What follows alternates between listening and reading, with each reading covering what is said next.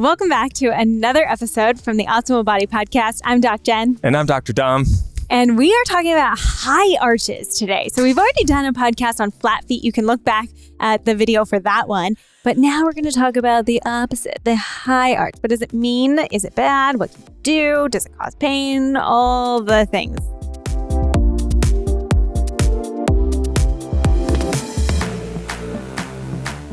Well, really, we just need to get your toes and your arch and your metatarsals and all the bones in your feet moving.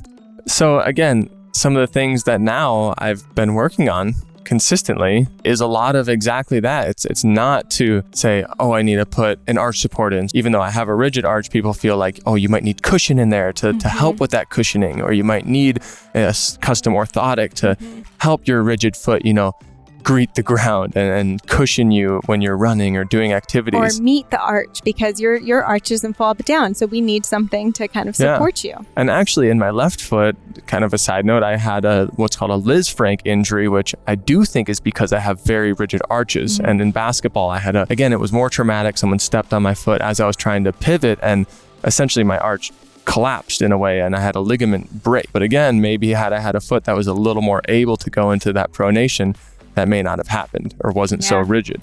Yeah. So again, I want to teach my feet now how to do those things, because no matter where we're at in life, we can always put some activities or put an environment around ourselves to help grow into those things. Yeah. So I've been, doing everything I can barefoot, hiking barefoot, going outside barefoot, wearing Vivo barefoot shoes, of course, which are our absolute favorites. Important. Again, not because they're a company we like. Which they are. They're a company that we love, but not just because we're trying to promote them, but because we use them. We've used them for 2 years consistently. It's like the only shoe I wear. It allows my foot to feel the ground beneath me.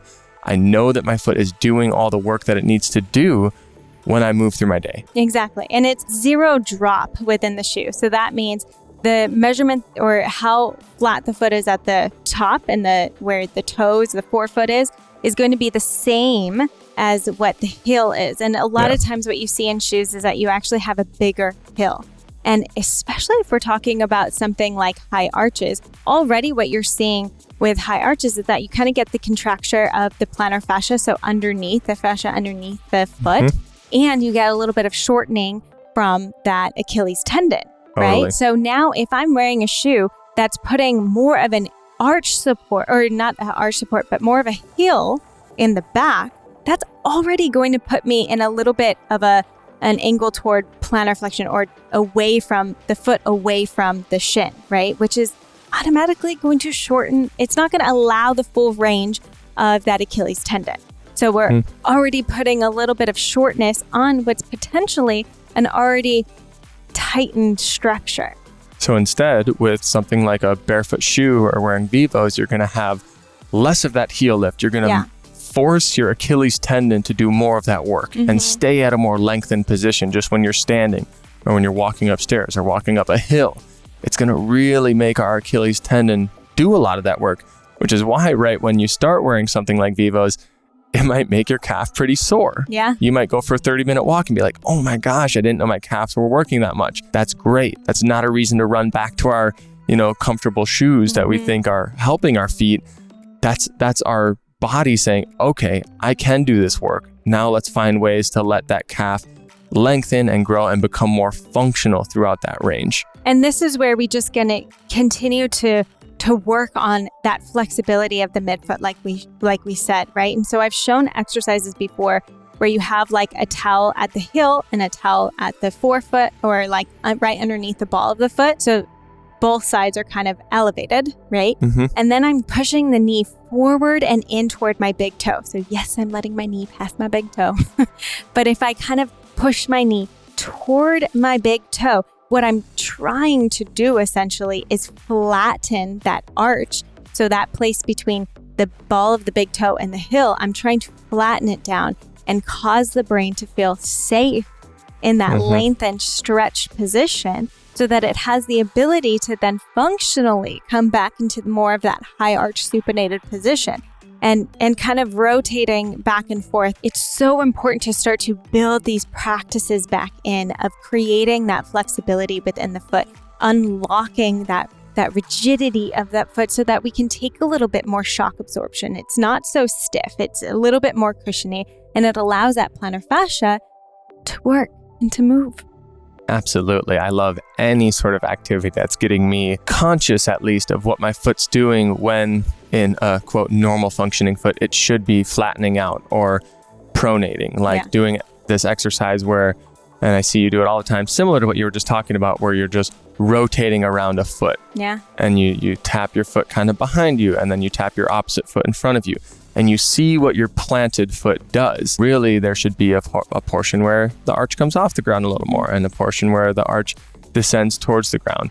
So I love doing different things like that are forcing my foot to feel, okay, this is the range I have in that flattening and coming into the arch, the pronation and the supination. Like, how can I make myself feel a little more comfortable, a little more controlled through all that? And increase that neurological awareness. So just telling the brain where it is, right? Yeah. Allowing the brain to find what is high, what is low, and what is the balance then feel like in between. And this is where, like, kicking off your shoes more often, especially at home. I know a lot of people like to wear slippers or socks, like even socks. Just like, please go barefoot more often. Yeah. Allow your feet to gain that proprioception, to understand what it's feeling, and to work on balance. Like, that's a huge thing as well.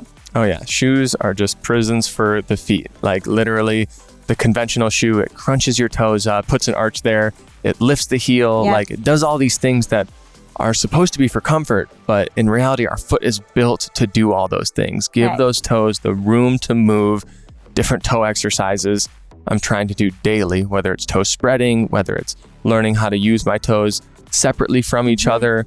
We'll show you some of those as well. Like, all of them are things that you should be throwing in if you're somebody with a high arch, to just become more aware. And we know also that proprioception, so that feedback into the bottom of that foot, it really actually helps with like running. It helps to activate those reflexes to gain that stability within the foot and actually modulate pain as well. Like, you might start to feel something different just from having that feedback of running. And we know also that we need that movement of the foot. And there have actually been studies that show that barefoot running can help reduce that excessive pronation or excessive supination. Now, we don't just recommend going barefoot running because that's a lot. Please don't go run 10 miles barefooted. That would be awful. But grab some Vivo barefoot shoes and at least start exploring what the foot can feel like to actually get back into its own function. Yeah. All right, there we go. Another PT Pearl on feet and high arches. Hope you loved it. Let us know if you have any questions in the comments below. I know we went over a lot of medical terminology and everything like that. So if you need any clarifiers, let us know. We have so many other episodes on feet and ankles in the past. And if you have any other different recommendations, please leave a comment, subscribe, all the things. We'll see you next time.